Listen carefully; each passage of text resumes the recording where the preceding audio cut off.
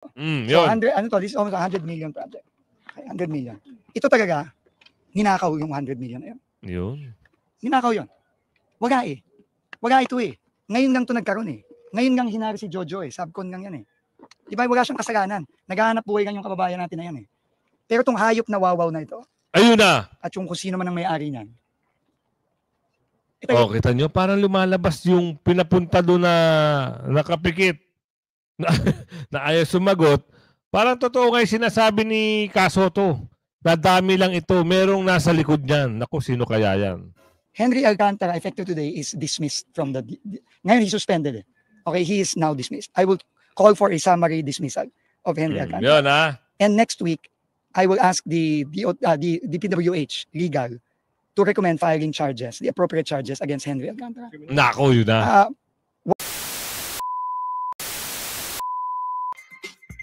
Yes.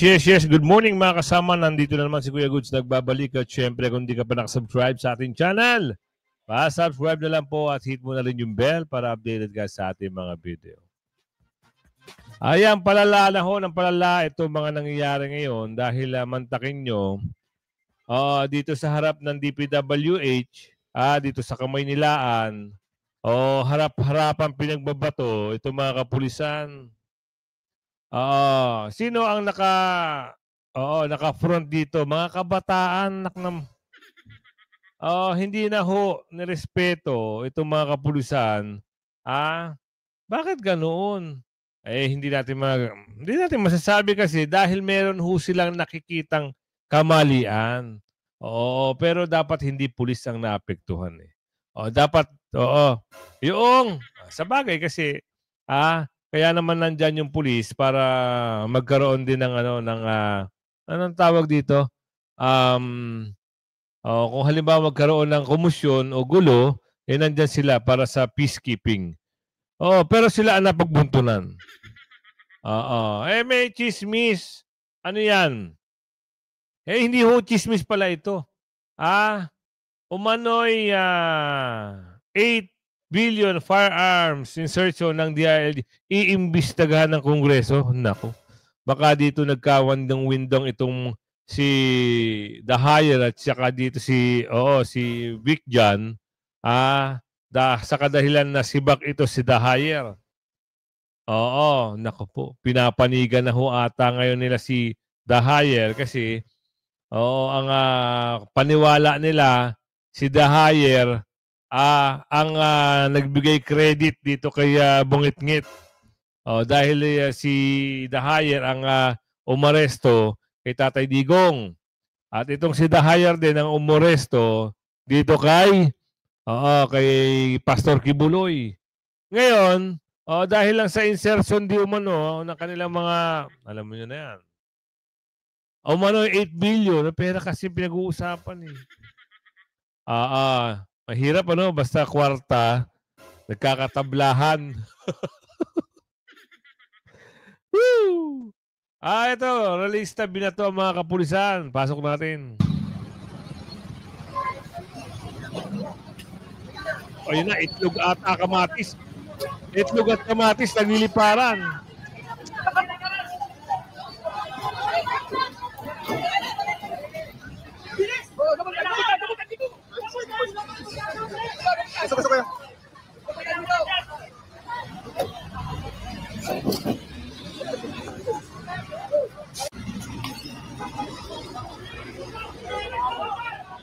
Nagtakbuhan na ho yung mga bata.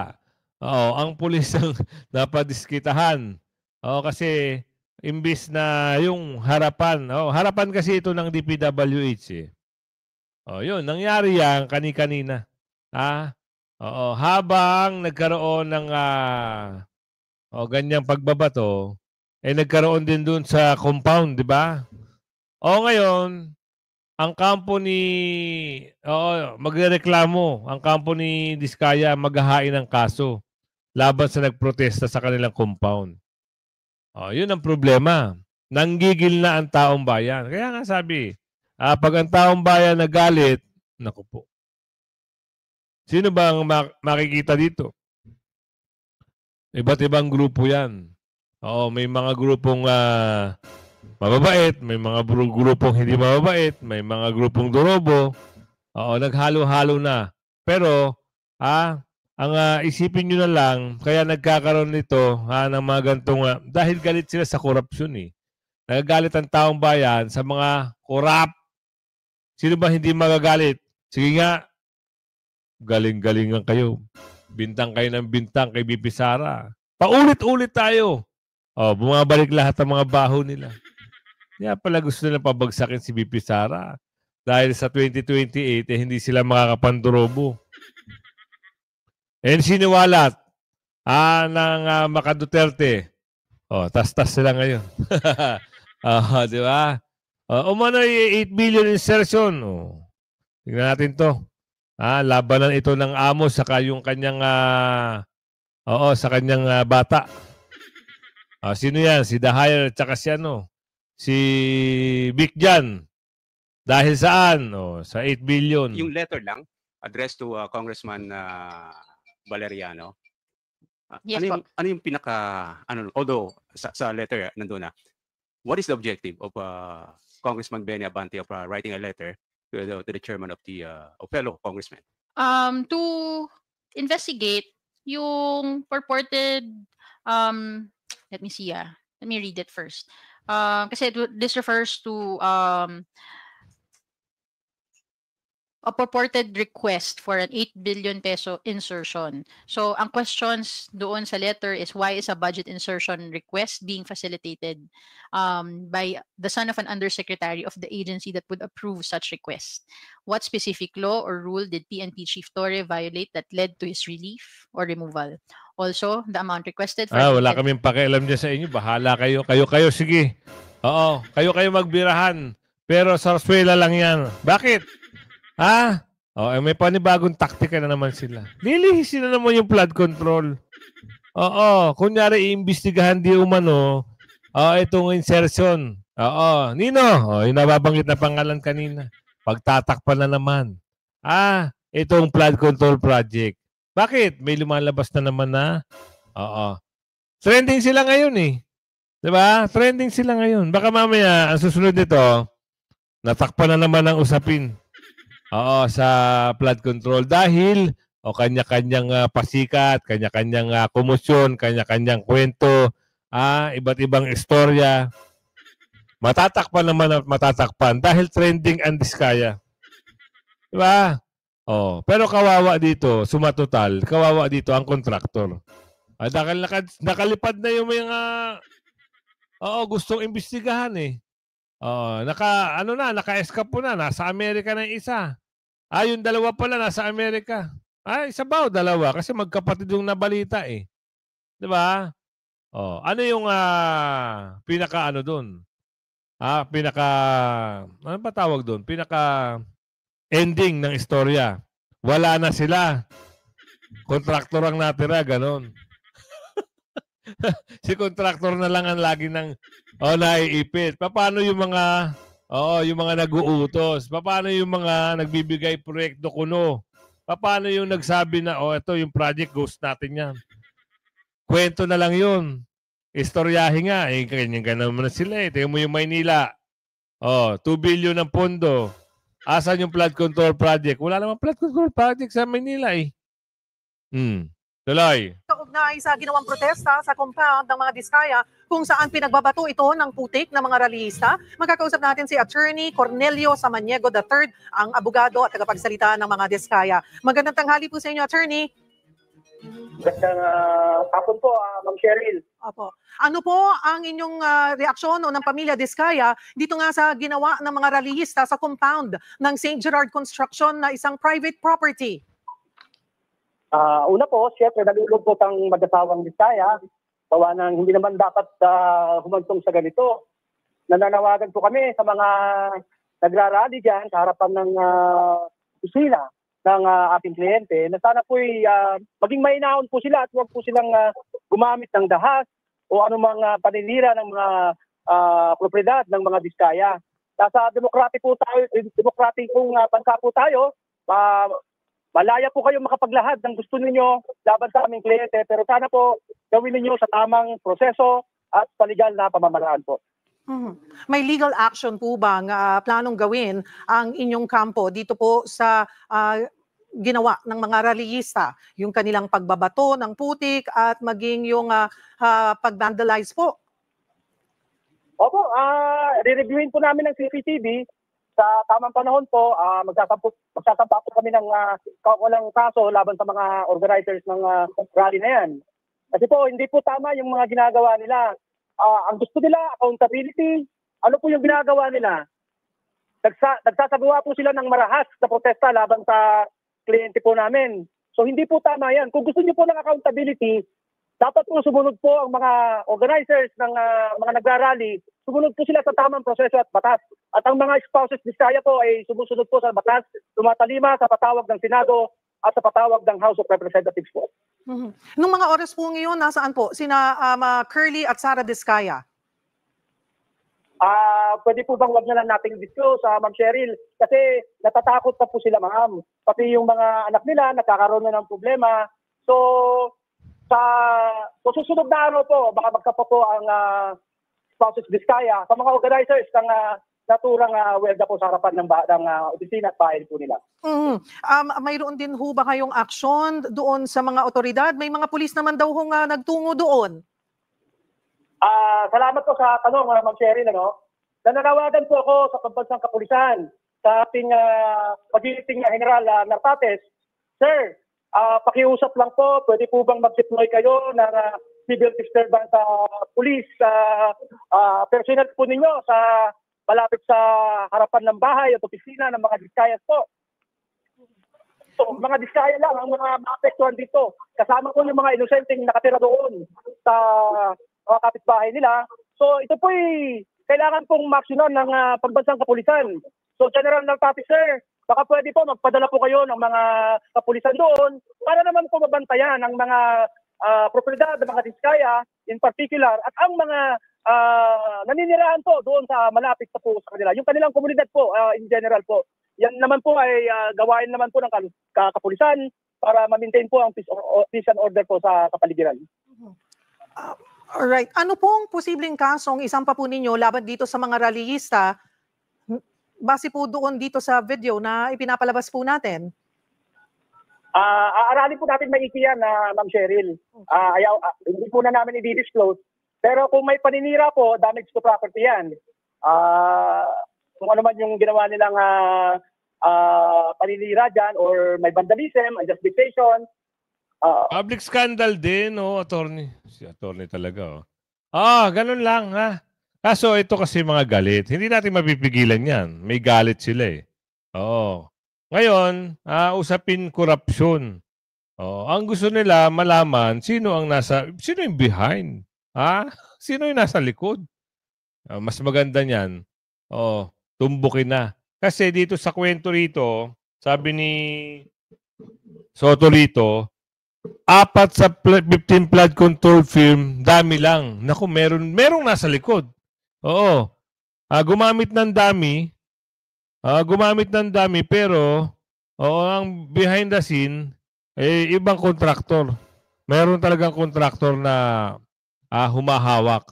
Hindi man kontraktor, baka meron talagang nagpapatakbong kongresista di umano. Alamin natin na yung balita na ito. Naku, talagang ibang klase, Meron ng marahas, meron ng iba't iba na ho nangyayari ngayon. 4 doon ho sa 15 mga kumpanyang pinangalanan ni PBBM na dawi sa flood control projects anomaly, mga dami lang pala. Ayon kay Senator Tito Soto. Makibalita tayo kay Mayan Corvera. Mayan. Ibinunyag ni Senate Minority Leader Vicente Soto na 4 umano sa 15 contractors o kumpanya na pinangalanan ni Pangulong Bongbong Marcos na dawit sa flood control projects ay mga dami. Sa nakalap na impormasyon ni Soto, may malalaking kontratista na nasa likod ng 4 na contract kung saan kasabwat umano ang mga taga-gobyerno. Sabi ng senador, idedetalye niya ang mga impormasyon na ito sa susunod na pagdinig sa Lunes. Isa sa halimbawa nito ang pamangkin ni Sara Vizcaya na presidente ng construction firm na Alpha and Omega. May impormasyon naman si Senate President Pro Tempore Jingo Estrada at Senator JV Ercito na front lang ang ilan sa top 15 contractors ng mga tiwaling DPWH officials dahil mismong ang mga taga-DPWH umano ang gumagawa ng proyekto o kaya hindi nila ginagawa o hindi man ginagawang mga ghost projects. Ang 15 kumpanya ay muling pinaharap sa investigasyon sa Lunes kasama ng asawa ni Sara Diskaya. Iharap nyo. Ngayon, kung meron kayo pagkakataon, kasi meron balita at sinabi rin niya ni Senador Marcoleta na meron ng gustong maging witness o testigo para sabihin kung sino yung mga nasa likod. Naku po, laglaga na ito. Pag ito nagkataon, pumiyok na itong mga nababanggit na mga kontraktor at may mapangalanan, sigurado, parang domino effect yan. True, ano yan. Dito, trending doon. Tutumbukin na lang sila. Ikaw, kasama ka pala. Kasama ka pala. Ikaw pala ang promotor dyan. Naku po. Diba? Ganun lang. Simplihan lang natin. Ano ito? Palasyo. May paalala sa publiko sa kabila ng protesta sa St. Gerald Construction. Ano naman yan? Tigil, ha? Gagaling-galingan na naman ito si Claring, eh. Oo. Ano ba yung Claring? Ano naman yung ay, naku, ito, magandang balita. Sabi ni bagong secretary ng DPWH, yung bago na itong si Kahison, ito daw ay isang, ano ba matatawag dun? Pangit ng termino no? Matatawag daw itong, kabahuyan. Hindi, pangit kasi, huwag na natin sabihin. Kayo na lang maririnig nyo na lang dito sa slide na ito. Talagang ito, kahayupan na ito. Yun. Hindi tao itong mga taon to. So, Yun. this is almost 100 million project. Okay, 100 million. Ito talaga, ninakaw yung 100 million na yun. Yun. Ninakaw yun. Waga ito Ngayon lang ito nagkaroon Ngayon lang hinari si Jojo Subcon lang yan Diba, wala siyang kasalanan. Naghahanap buhay lang yung kababayan natin na yan Pero itong hayop na wawaw na ito. Ayun na. At yung kung sino man ang may-ari niyan. Kita nyo, parang lumalabas yung pinapunta doon na nakapikit na ayaw sumagot. Parang totoo nga yung sinasabi ni Kasoto. Nadami lang ito. Merong nasa likod niyan. Naku, sino kaya yan? Alamin natin yan. Lalabas siya sa investigasyon sa Lunes. Sa Blue Ribbon. Sa Blue Ribbon ba? Oo nga, sa Blue Ribbon. Kailangan managot yan. And kung sino man ang nag-approve nito sa DPWH. Are. Sige, bago ko sagutin yon, magbibigay nga ako ng konting. Saan ako dito yan? So, magbibigay muna ako ng konting background dito. Itong project na to, bibigyan ko kayo ng kopya nito. Bibigyan ko kayo ng, ito yung project briefer na galing sa DPWH. Galing to sa DPWH website. Project briefer to. Bibigyan ko kayo ng kopya nito. Ito construction ng isang flood control structure, yang nakikita nyo ngayon. Yung protection wall dito sa river, worth 96.5 million. Grabe. From the 2024 GAA. Last year. This contract was started on March 20, 2024. Tandaan nyo yung data. March 20, 2024. Nakalagay dito, ang kanyang duration is dapat 270 days. Okay? Pero, nung June 11, so April, May, June, so less than 3 months, nakalagay dito, actual accomplishment, 100%. Nako. In 3 months. So, tandaan nyo 270 days dapat. Di ba? 3 months, wala pang 3 buwan, nakalagay dito, 100% accomplished na siya. Kumulik na yun, sir? Date collected, meaning nabayaran si Wawaw Builders, siya ang contractor, si Wawaw, July 21, 2024. So, 1 month after. So, 2024. Okay. So, yun ang background. Okay, yun ang background. Okay. Tinanong ko si Cap Oscar Gabriel, ang kapitan natin dito. Kailan ba nagsimula ito? Itong ginagawa, yung nakikita nyo ngayon. Kasi obviously, bago pa ng gawa yan Diba? Ang sagot sa akin ni Cap, ang sagot sa akin ng mga kababayan natin doon, yung mga nakatira dito sa tabi, 3 weeks ago. Agoy, yun na, yung nag-uumpisa na yung investigasyon. Diba? Pinera muna, kung hindi mabubuko, pera, bulsa. Ito nagkaroon na, nagkawindang-windang na. 3 weeks ago, tapos completion, wala pang 270 days. So 3 months completion. Project completed. Nakakolekta pa. Nak ng bugi talaga. Sarap kumamahal ng pera, ano? So, ito, ang tawag ko dito, patay na, pinipilit buhayin. Yun, tama. Kasi nabayaran na siya nung last year. Sabi dito ng DPWH, 100% completed na to last year. Pero, siguro, 3 weeks ago, umiinit. Nag-iimbestiga na ang Senado. Teka lang, bunuan. Paano dito? Completed pala. Pero, walang makitang completion. Ano nangyari dito, bunuan? Biglang nag-resign. Oo, sana pasagutin din si bunuan. Ano nangyari dito? Bakit niya in-approve na walang inspection, walang, di ba? Dapat dyan, pag ina-approve mo, yung completion date o yung makukomplete na, dapat meron kang picture. At ipinopost yan. Ano nangyari? Woo! Lalabas ang baho dito. Diretso! Nag-iimbestiga ng Kongreso, nagalit na ang Pangulo. Pinipilit buhayin yung patay. Wala na to ghost project ito Yun, tama. Klarong-klaro na ghost project ito. Pero dahil lang sa mga pangyayari, hinahabol ngayon. And kausap ko din yung subcontractor, si Jojo. Kabagan ko ito. Kinontrata lang siya 3 weeks ago. Naku. 3 weeks ago. Bayad na to, tandaan nyo, bayad.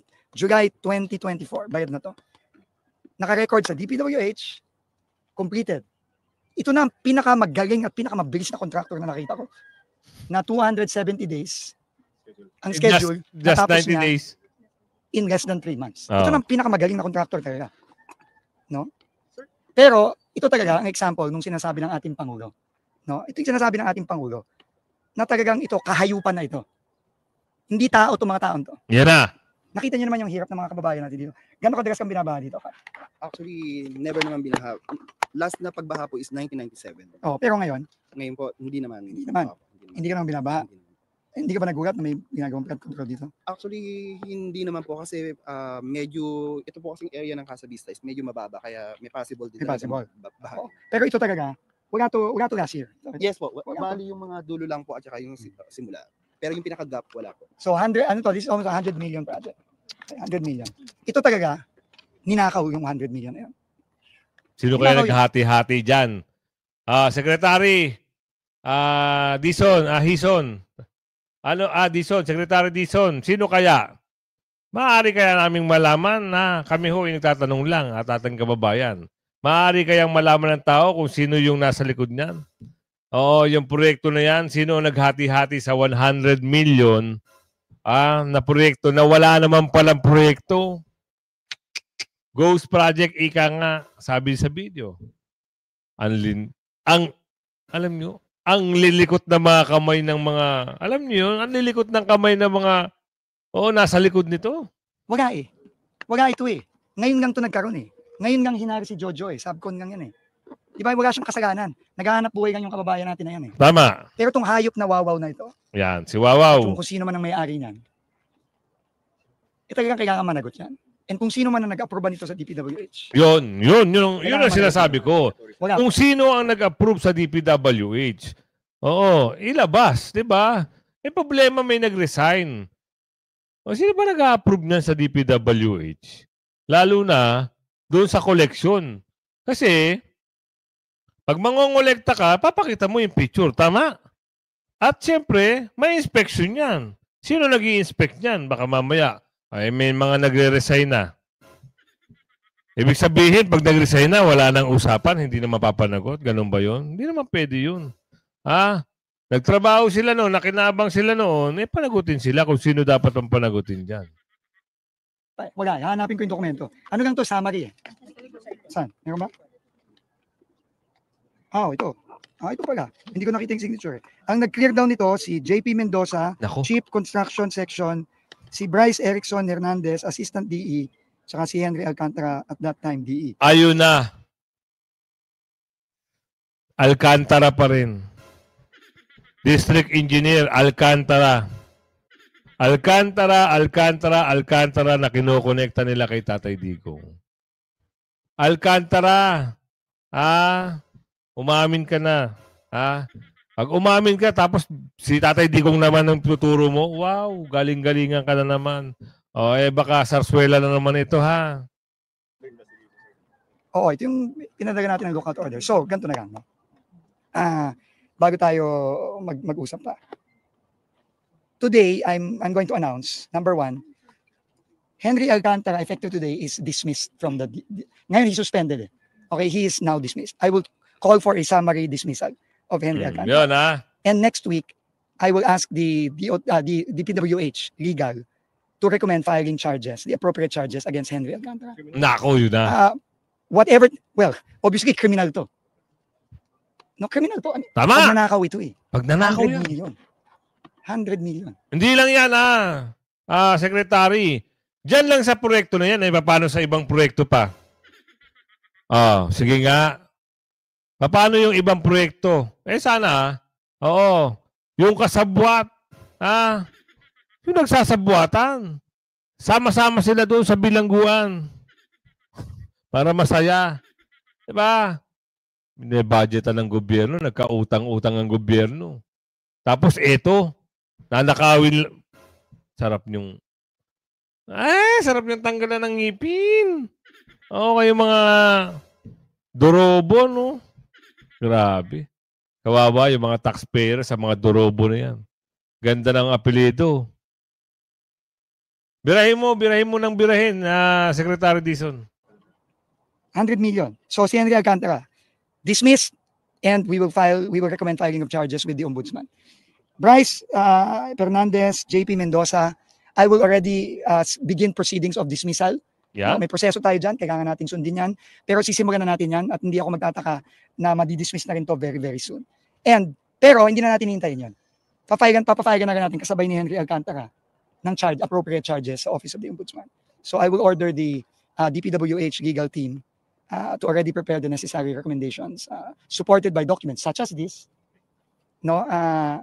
to file the appropriate charges against them. This is criminal. Mga hayop to mga taon to. Hindi Ayan tao na. Galit si Secretary. Isa pa lang to, by the way. Isang project pa Yun, lang. sasabi ko. Diba? Finally, I will also order the perpetual lifetime blacklisting of Wawaw builders from DPWH. Very good, very good. And all their possible affiliates. Secretary, sama mo na yung 15 kontrata o yung mga nabanggit ng Pangulo. Sama mo na yun. I-blacklist mo na, perpetual blacklist na. Para wala na, hindi naman. Kasi, di ba, nabalita nga yan. Blacklist na yan ni Tatay Digong. Yung Gerald ba yun? Tapos, naipasok ulit. Bakit kaya? Malakas ba? Lahat yan, i-blacklist nyo na. No, alam naman natin, minsan may mga kung sino man ang may-ari ng Wawaw, meron din siyang mga ibang lahat yun. Hindi lang kung mahanap namin yung mga kumpanya na siga din ang may-ari, kung sino ang may-ari ng Wawaw, pati yon papaban natin. Papaban ko na rin, i-announce ko na rin, papaban din natin kasabay ng Wawaw yung SYMS, yung SIMS na gumawa ng proyekto na nakita ng ating Pangulo nung nakaraang mga linggo na ghost project din. Sinabi natin, pag ghost project, kailangan automatic perpetual ban, lifetime. And then second, we will also recommend the filing of charges with the Department of Justice against Wawaw builders and against SIMS. And all the people involved here, both those who are clearly dummies and the real owners or the beneficial owners, depending on the investigation of the DOJ. And later on, maybe the independent commission to be formed by the president. But let me just end with this. The president has repeatedly said, and this was his clear marching orders to me, that we must not allow this to happen anymore and to hold people who have done this to account. Hindi tayo papayag dito. Kawawa sila Cap Oscar, kawawa yung mga tao dito. Hindi nga alam ni Cap Oscar na may project pala dito eh. Nagugat ka na lang, nabigyan na lang may gumagawa dito, di ba? Actually, naman po sila. Nag-courtesy call naman po sila. Kailan? 3 weeks ago. 3 weeks ago. 3 weeks ago nga. Pero hindi mo alam na last year po to. Yes po. Ginagawa siya? Yung parts of it? Hindi. Yung parts, matagal na yan. Kita mo naman eh. Ang tagal ng gawa ng mga yun. Pero ito, 3 weeks ago lang tong segment na ito. Ito yung 100 million. Ito yung 100 million. Last year, when it said March 20 to June 11, walang nothing. Sir, itong ikli na to, 100 million. Phase 2 na to, sir? Phase 2 na. Hindi ko alam. Hindi ko alam kung anong phase ito. Tinatanong ko nga eh, Jojo, ilang metro ba Sir, ito? excuse me. Oh. Kung di po ako nagkakamali, 3 portion po kasi itong ginawa sa Mikasa Vista. Bali, ito po yung pinaka-last. Yes. Yes. So, anyway, as I was gonna say, this is the President's marching orders and we will execute. Hahanapin namin nga itong mga multong to. Hahanapin natin nga to. And Very nga to, good, pag nakita Secretary. Good natin- job yan kung ganun. Good job yan para sa taong bayan. At sana mapanagot lahat. Ha? Oo. At umamin na itong si Wawaw. Sino yung behind? Ha? Nasa likod niyan. Kasi kahit ako hindi ako makapaniwala na yung in-interview ay yung inimbestigahan dyan na ano ba pangalan nun? Na hindi makasagot kahit balasahin na ni Senator Jinggoy ay ayaw sumagot. I invoke my right to yun na lang laging sagot. Hindi naniniwala ang taong bayan na yun ang may-ari. Merong nasa likod niyan. Kaya yun ang hanapin yung mga multo na yan. Ghost Project, 100 million. Lalabas. Hindi lang 100 million lahat yan. Kaya kung umabot ka sa video natin ito, hanggang sa muli, like and share. Bye-bye, bye-bye, bye-bye.